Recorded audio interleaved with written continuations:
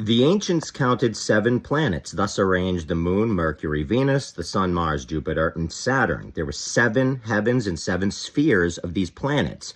On all the monuments of Mithras are 7 altars, or 7 pyres, consecrated to the 7 planets, as were the 7 lamps of the golden candelabrum in the temple.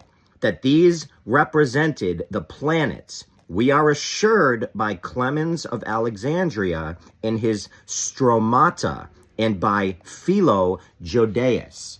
To return to its source in the infinite, the human soul, the ancients held, had to ascend as it had to descend through the 7 spheres. The ladder by which it reascends has, according to Marcellius Ficinus,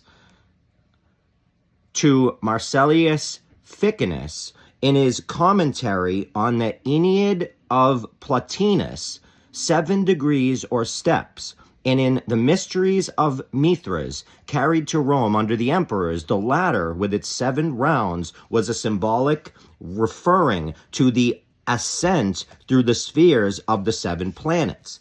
Jacob saw the spirits of God ascending and descending on it, and above it the deity himself. The Mithraic mysteries were celebrated in caves where gates were marked at the 4 equinoctial and celestial points of the zodiac. And the 7 planetary spheres were represented with souls' needs must traverse in descending from the heavens of the fixed stars to the elements that envelope the earth. The 7 gates were marked, one for each planet, through which they pass in descending or returning.